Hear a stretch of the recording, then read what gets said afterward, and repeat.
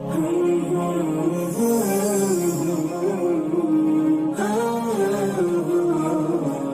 பிரார்த்தனையில நாங்க அப்படி இல்லை என்பதற்கான ஒரு சில உதாரணங்களை உங்களுக்கு சொல்றேன். நாங்கள் பிரார்த்தனை அப்படி பார்க்க நான் சொல்ற நேரத்தில் உங்களுக்கு ஒரு உணர்வு செய்தான் ஏற்படுத்துவோம். எப்படின்னா, அல்ஹம்துலில்லாஹ் இது மாதிரி தான் நம்ம இருக்கிறோம். என்ன துஆ விஷயத்துல அவர் எப்படி சொல்றாரோ அந்த மாதிரி தான் நான் இருக்கிறோம். அப்படி என்ற உணர்வு செய்தான் ஏற்படுத்துவோம். பிராக்டிக்கலா பார்க்குற நேரத்தில் தான் நம்மளோட கோளாறு விளங்கும். தனியே இருந்தால் எல்லாரும் பொறுமைசாலி தான். சண்டை வந்தால் தான் விளங்கு பொறுமைசாலியா இல்லையான்னு சொல்லி. தனியே இருந்தால் எல்லாரும் விட்டு கொடுப்போம் தான். பார்க்குற நேரத்தில் எல்லாம் விட்டு கொடுக்குற மாதிரி தான் இருக்கும். பிரச்சனைன்னு வந்தால் தான் நீ விட்டு கொடுக்குறியா இல்லையான்றதை என்ன செய்யலாம், முடிவெடுக்கலாம். தனிமையில இருந்தால் எல்லாரும் உண்மை சொல்றவர் தான். ஏன் பிரச்சனையே இல்லையே, ஏதாவது சிக்கல்னு வந்தால் தான் உண்மை சொல்றவனா இல்லையான்ற என்ன செய்யும் விளங்கும். அதனால தனிமையில் ஒருத்தர் இருக்கிறார், எந்த விதமான சோதனையும் வரல, அவர் ஏகத்துவத்தில் உறுதியாக தான் இருப்பார். திடீர்னு வீட்டில் ஏதாவது வித்தியாசமான நோய் வார நேரத்தில் தான் அவர் ஏகத்துவம் என்ன செய்யும், சோதிக்கப்படும். அதே மாதிரி துவாவை எப்படி நீங்கள் தனியாக இருந்து யோசிக்கிற நேரத்தில் எல்லாம் அப்படி தான் படும். ஆனால் அப்படி அல்ல. எங்கள் நிறைய பேர் தவறாக விளங்கிக்கிற இடத்துக்கு உதாரணம், சின்ன விஷயங்களுக்காக துவா கேட்டவர்கள் நிறைய குறைவு. ஒருவர் ஒரு வேன் வாங்கணும்னு ஒரு பிளான் பண்ணிக்கிறான்னு வைங்களேன். ஒரு பெரிய வீடு கட்டணும்னு பிளான் பண்ணியிருந்தாருன்னு சொன்னால் அவர் ஒரு குறிப்பிட்ட அளவில் பணம் சேர்ப்பார். ஒரு 20, 30 லட்சம், 40 லட்சம் அல்லது வாகனத்துக்கு ரெடி பண்ணிடுவார். இன்னும் பேலன்ஸாக ஒரு 10 லட்சம் சேர்க்க வேண்டியிருக்கேன். அப்போ தான் அவர் துவா கேட்பார், யா அல்லாஹ் எப்படியோ ஒரு 30 லட்சத்தை ரெடி பண்ணிட்டேன், நீ ஒரு 10 லட்சத்துக்கு ஹெல்ப் பண்ணி. யாருக்கு?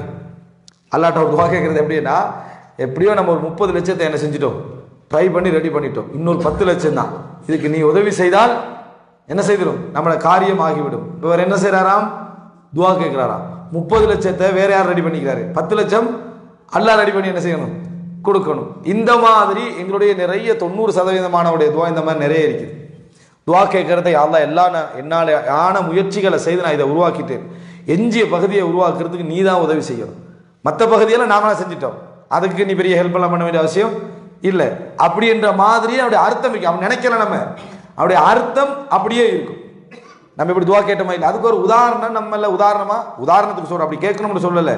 எங்களில் அல்லாஹ் ஒரு ஃப்ளைட் தாண்டி துவா கேட்டவங்க யாருமே இல்லை.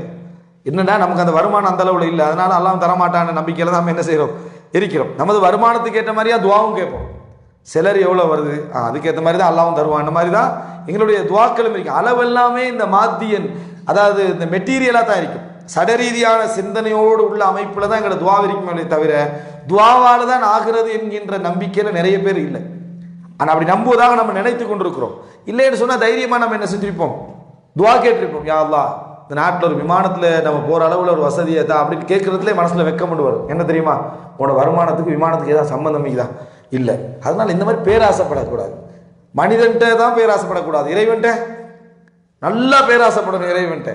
ஆனால் நம்ம அப்படி என்ன செய்வதில்லை, பிரார்த்தனை செய்வதில்லை. காரணம், நம்ம அளவாக தான் ஆசைப்பட, நமக்கு வருமானத்துக்கு ஏற்பத்தான் அல்லாட்ட என்ன செய்யணும், துவா கேட்கணும் என்பது மாதிரியான ஒரு சிந்தனை இருக்கு. இதே மாதிரி சின்ன காரியங்களுக்கும் துவா கேட்க மாட்டோம். ஒரு செருப்பு பிஞ்சிட்டு இதுக்கெல்லாம் போய் அல்லாட்ட கேட்டுட்டு இருக்கிறதா அப்படின்ற என்னமோ ஒரு ஊரில் உள்ள வசதியான ஆள்கிட்ட கேட்குற மாதிரி ஒரு ஃபீலிங்கில் தான் என்ன செய்வோம், இதுக்கெல்லாம் போய் அல்லாட்ட இதுக்கெல்லாம் இதை விட சிறிய விஷயங்களுக்கு என்ன செய்யணும், அல்லாட்ட துவா கேட்க வேண்டும். ஒரு செருப்பு வார அறுத்துட்டா யா அல்லாஹ் இது எனக்கு பழைய மாதிரி என்ன செய்யும், சரி செய்துதான் என்ற உணர்வோடு துவா கேட்கின்றவர்கள் குறைவு. ஏதாவது ஒரு சின்ன காய்ச்சல் வந்துட்டுன்னு வைங்களேன், துவா கேட்டவங்க நிறைய பேர் குறைவு. காய்ச்சல் 3 நாளில் போயிடும், ஒரு பேடோல் எடுத்து குடிச்சா சரி, துவா எல்லாம் இது பெருசாக கேட்கக்கூடாது. சிக்கன் குனியா மாதிரி ஒரு பெரிய லெவலில் வந்தால் தான் நம்ம என்ன செய்ய வேண்டும், அதுக்கு ஒரு துவா கேட்க வேண்டும். டெங்கு மாதிரி வந்தால் தான் துவா கேட்க வேண்டும். சாதாரண தலைவலி வயிற்று வலி இதுக்கெல்லாம் என்ன செய்யறது இல்லை, நம்ம துவா கேட்க வேண்டிய அவசியம் இல்லை. இந்த மனநிலை இல்லையா நம்மகிட்ட, நிச்சயமா இருக்கு. அப்போ நம்ம துவா விளங்கலைன்னு அர்த்தம். துவா சட்டமெல்லாம் தெரியும், வட்டி எடுத்தா அங்கீகரிக்கப்பட மாட்டாது, ஹராமான உழைப்பு அங்கீகரிக்கப்பட மாட்டாது. ஆனால் துவாண்டா என்னன்னு தெரியாது. துவா என்றால் என்னன்னு தெரியும். இந்த பலகீனம் நிறைய இருக்கிறது. இல்லை என்றால் இந்த சின்ன விஷயத்துக்கு நம்ம துவா கேட்டிருப்போம், பெரிய காரியத்துக்கும் என்ன செய்வோம், துவா கேட்டிருப்போம். எல்லாமே வமா தஷா ஊன இல்லா ஐயஷா அல்லாஹ், அல்லாஹு தாலா நாடாமல் உங்களால் நினைக்க முடியாதுன்னு அல்லாஹு தாலா சொல்றான்னா, நினைப்புக்கும் இறைவனது நாட்டம் வேண்டும் என்றால், அல்லாஹ்வுடைய தௌஃபீக் வேணும் என்றால் அதுக்கெல்லாம் நம்ம என்ன செய்வோம், துவா கேட்டிருப்போம். ஆனால் நான் ஆகப்பெரிய காரியங்களுக்கு நான் துவா கேட்பதில்லை, மிக சின்ன காரியங்களுக்கு நம்ம என்ன செய்வதில்லை, துவா கேட்பதில்லை. ஒரு மீடியமான காரியங்களுக்கு தான் நம்ம என்ன செய்யறது, துவா கேட்கிறது. இது போன்ற ஒரு வளமை நம்மகிட்ட இருக்குதா இல்லையா? அப்ப இந்த வளமை நமக்கு எதை சொல்லுகிறது என்றால், துஆவை நாங்கள் ஒரு அதாவது என்னது சடரீதியான ஒரு பார்வையில தான் நம்ம என்ன செய்கிறோம், பார்க்கிறோம். நமக்குள்ள வருமானத்துக்கு ஏற்பத்தான் துவா. பணக்காரர் ஒருவர் கேட்கிற துவா வேறு, இவர்கள் கேட்கிறது வேறு. ஆனா சுலைமான் தான் துவா கேட்டார், ரப்பி ஹப்லி முல்கன் லா யம்பகி லி அஹதின் மின் பாதி. இதான் பேராசையில உச்சகட்டம் இந்த துவா. ரப்பி ஹப்லி முல்கன் லா யம்பகி லி அஹதின் மின் பாதி, எனக்கு பின்னால எவருக்கும் கிடைக்காத ஒரு ஆட்சியை தான்றது. சுலைமான் தான் கேட்கிறாரு, அல்லாட்ட எவ்வளவு பேராசைப்படணும், அல்லாவிடத்தில் எவ்வளவு பேராசைப்படணும். அதை மௌலி சொன்னார்ன்றதுக்காக போய் கேட்டா கூட நமக்கு என்ன, நம்ம வந்து டெஸ்டிங்குக்கு கேட்குற மாதிரி. இமாம் ஹசன் அல் பஸ்ரி ரஹ்மத்துல்லாஹி நினைக்கிறேன், அவர்கிட்ட ஒரு ஊர் வந்து கேட்குறாரு, அவசரப்படாமல் துவா கேட்டால் நீங்கள் வந்து கபூல் ஆகும்னு சொன்னீங்க, நானும் கொஞ்சம் அவசரப்படாமல் தான் கேட்டுவார், இன்னும் கபூல் ஆகலைன்றார். நான் என்ன அவசரப்படாமல் கேட்டுட்டு வாரேன், இன்னும் கபூல் ஆகலைன்றார். அப்போ அவர் சொன்னார், ஏன் கபூல் ஆகலைன்றா, நான் வந்து அங்கீகரிக்கப்படுமா நம்பிக்கையில் கேட்டேன், நீ அங்கீகரிக்கப்படுமான்னு டெஸ்டிங்கில் கேட்டேன். நீ துவா கேட்டதுக்கான காரணம் என்னன்னா இப்படி சொன்னாரு, எதுக்கு கேட்டு பார்ப்போம். அப்படி என்று கேட்டாலே நம்ம உள்ளத்துல என்ன, நம்ம வந்து சரியான ஆள் மனதில் ஒரு பதிவை நம்ம ஏற்படுத்தி கொள்ளவில்லை. ரப்பி ஹப்லி முல்கன் லா யம்பகி லி அஹதின் மின் பாதி, எனக்கு பின்னால எவருக்கும் கிடைக்காத ஒரு ஆட்சியை எனக்கு தா என்று சுலைமான் அலைஹிஸ்ஸலாம் அவர்கள் கேட்கிறார்னா அது ஒரு என்ன நம்பிக்கை. மூசா அலைஹிஸ்ஸலாம் கடலுக்கு முன்னால நின்று கொண்டு ஒரு நம்பிக்கையான ஒரு பெரும் கூட்டம் என்ன கால அஸ்ஹாபு மூசா இன்னா லமுத்ரகும், நாங்கள் அகப்பட்டு விட்டோம் என்று சொல்றாங்க. ஏற்கனவே மாறுகால் மாறுகை எடுப்பேன் ஃபிரௌன் சொன்ன நேரத்தில் ஃபக்லிமா அன்த காத் இன்னமா தக்தி ஹாதில் ஹயாத் துன்யா, நீ இந்த உலகத்துல தான் என்ன செய்ய போறாய், தீர்ப்பு சொல்ல போறாய், வேண்டிய தீர்ப்பை சொல்லிக்கொள் என்று சொன்ன அவ்வளோ தைரியமானவர்கள் முன்னால கடலை கண்ணோட என்ன சொல்லிட்டாங்க, இன்னா முதுரக்கும், நாங்கள் என்ன செய்து விட்டோம், அகப்பட்டோம் என்றார். மூசா அலைஹிஸ்ஸலாம் உங்களை நம்பித்தானே இவ்வளவு தூரம் வந்தோன்னு சொல்லல.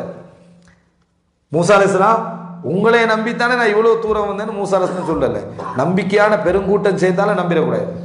நம்ம யாரை நம்பணும், அல்லாஹ் நம்பணும். அல்லாஹ் நம்பியதுனால கிடைச்ச பெருங்கூட்டம் தான் இதன்னு நினைக்கணும். நம்ம என்ன செஞ்சிடறோம், ஒன்றுமில்லாத நேரத்தில் அல்லாஹ் நம்பிடுறது, எல்லாம் கிடைச்ச நேரத்தில் அதை நம்பிடுறது. எப்படி ஒன்றுமில்லாத நேரத்தில் அல்லாஹ் நம்பிடுறது, எல்லாம் கிடைச்சிட்டா இது போனா எப்படா வாழ்றேன்னு அதை நம்பிட்டு இருக்கிறது. இது போனால் ஏற்கனவே இல்லாத நேரத்தில் தந்த இறைவன் திருப்பி என்ன செய்வான், தருவான் என்ற நம்பிக்கை நமக்கு இல்லாம போறது. அதான் இறைவன் சோதிக்கிற சோதனை. அவர்கள் அப்படி சொன்ன நேரத்தில் மூசா அலைஹிஸ்ஸலாம் உடனே சொன்ன கல்லா இன்ன மஅய ரப்பி சயஹ்தீன், அவ்வாறல்ல, என்னோடு எனது இறைவன் இருக்கிறான், அவன் எனக்கு வழி காட்டுவான். இந்த நம்பிக்கைக்கு முன்கால கடலும் புழக்கும், இந்த நம்பிக்கைக்கு முன்கால கடல் புழக்கும். ஆனால் அந்த மாதிரியான நம்பிக்கை நம்ம இடத்துல இல்லாத நேரத்தில் ஹஸ்பி அல்லாஹு வ நிஅமல் வக்கீல் யார் சொன்னது, இப்ராஹிம் அலைஹிஸ்ஸலாம் நெருப்புல போடப்பட்டோன்னே சொன்னது. அந்த மாதிரி நம்பிக்கைக்கு முன்கால நெருப்பை என்ன செய்வான், இறைவன் குளிர்மைப்படுத்துவான்.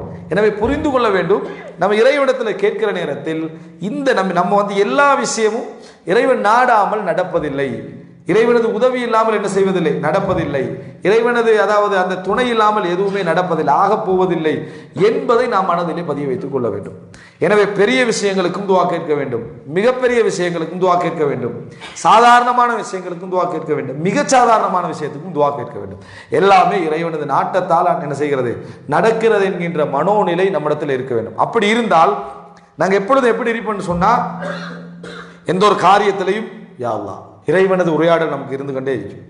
அந்த மாதிரி ஒரு அற்புதமான ஒரு இன்பம் இந்த உலகத்தில் இல்லை.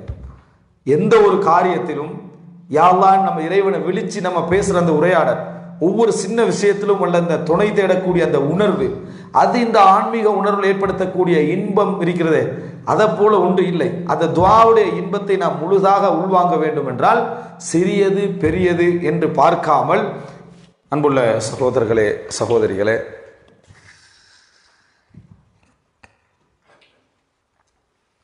எனவே இந்த துஆவுடைய விஷயத்தில் நாம் எப்பொழுதும்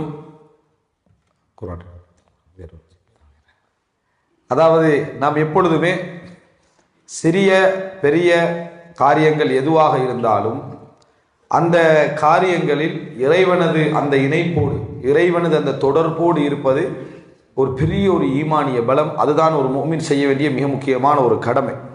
நாம் எங்களது காரியங்களை இந்த மாதிரி பார்ப்பது என்பது, நாம் பிரித்து பார்ப்பது என்பது எங்களிடத்திலே துஆவை பற்றிய சரியான புரிதலின்மை என்பதற்கான ஆதாரம்.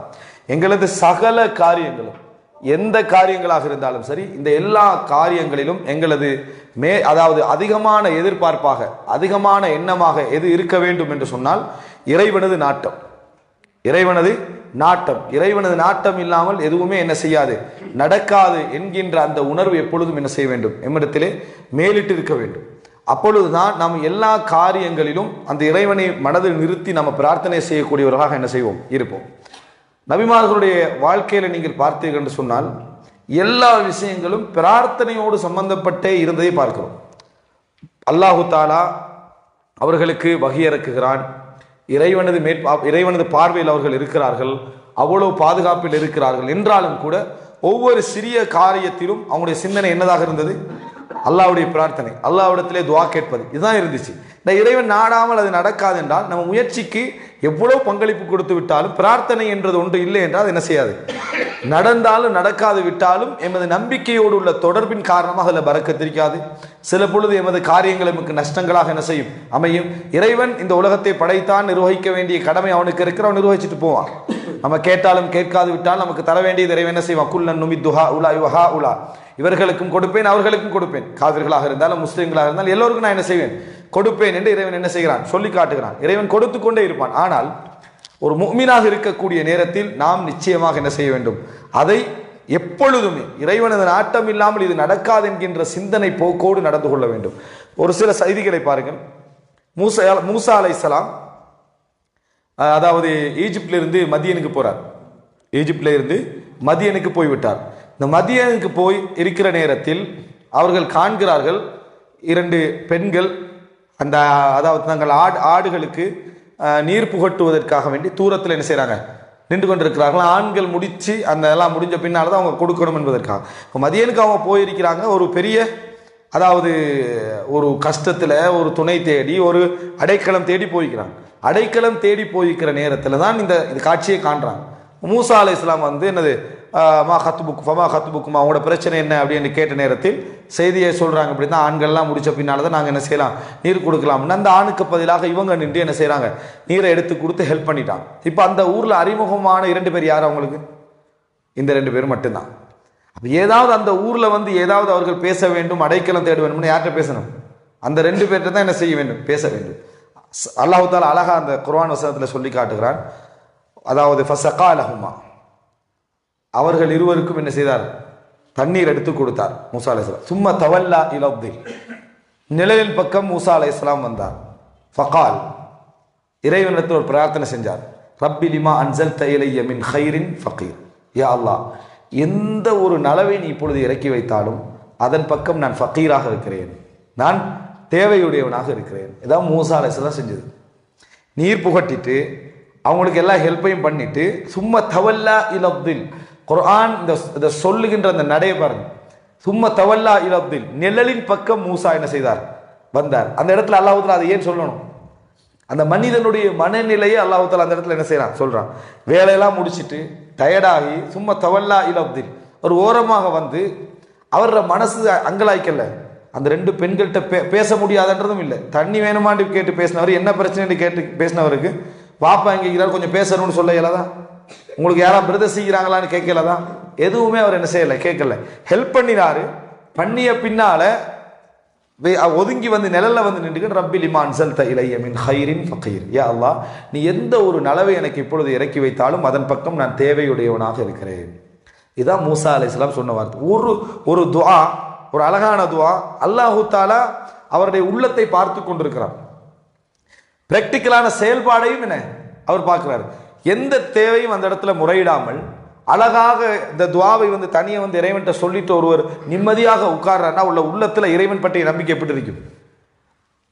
நிச்சயமாக அல்லாஹ் தஆலா என்ன செய்வான், காப்பாற்றுவான் என்கின்ற அந்த உணர்வு இருக்குமா இல்லையா? இத்தனைக்கும் அவர் நபித்துவம் என்கின்ற பட்டத்தை இறைவன் என்ன செய்யல, சொல்லல. கொலை ஒன்றை செய்து விட்டு ஒரு அநியாயத்துக்கு எதிராக ஒரு கொலை செஞ்சுட்டு என்ன அவர் வந்து இங்க வந்து நிற்கிறாரு. இந்த ஓடியது மேற்பார்வை இது எதுவுமே மூசா அலைஹிஸ்ஸலாத்துக்கு அல்லாஹ் தஆலா என்ன செய்யல, சொல்லவில்லை. இப்போ வந்திருக்கக்கூடிய மூசா அலைஹிஸ்ஸலாத்துடைய நடைமுறை எப்படி இருக்குதுன்னு பாருங்க. இந்த மாதிரி மனோநிலையை நாங்கள் செயல்படுகிறோமா? நாம் என்ன செய்வோம் தெரியுமா?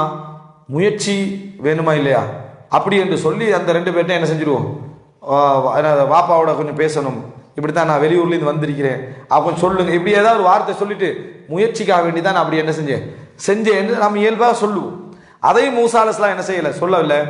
அவர் போனார். ரப்பி லிமா அன்சல்த இலைய மின் கைரின் ஃபகீர், நான் எந்த ஒரு ஹைரை எனக்கு இறக்கி வைத்தால் நான் ஃபகீராக என்ன செய்கிறேன், எந்த ஒரு ஹைர், எப்படிப்பட்ட ஒரு ஹைரில் இப்போ நான் தேவையுள்ளவனா இருக்கிறேன், எனக்கு எதுவுமே எனக்கு தேவையில்லைன்றது என்ன இல்லை என்று அந்த அந்த அந்த வெளிப்பாடு இருக்குது. இதுதான் துஆவுடைய அற்புதமான நிகழ்வுகளாக நபிமார்களுடைய வரலாற்றை நம்ம என்ன செய்கிறோம், பார்க்கிறோம். நிறைய செய்திகள் உண்டு. நான் அந்தந்த இடங்கள்லாம் அந்த நபிமார்களுடைய செய்திகளை நான் சொல்கிறேன். அப்போ எந்த செய்தியாக இருந்தாலும் அந்த துஆ கேட்கக்கூடிய ஒரு வளமை எங்களிடத்தில் என்ன செய்து இருக்கிறோம். சிறியதோ பெரியதோ, சிறிய நோயோ பெரிய நோயோ எதுவாக இருந்தாலும் துஆ எமது வாழ்க்கையில் பின்னி பிணைந்திருக்க வேண்டும் என்பதற்கு மூசா அலைஹிஸ்ஸலாம் இங்கே சொல்லக்கூடிய இந்த செய்தி என்ன ஒரு ஆதாரமாக இருக்கு. இஸ்லாமிய மார்க்கத்தை அல் குர்ஆன் சுன்னா அடிப்படையில் தெரிந்து கொள்ள இன்ஷா அல்லாஹ் ஹலால் டாக்ஸ் தமிழ் எனும் யூடியூப் சேனலை சப்ஸ்கிரைப் செய்து எம்மோடு இணைந்து கொள்ளுங்கள்.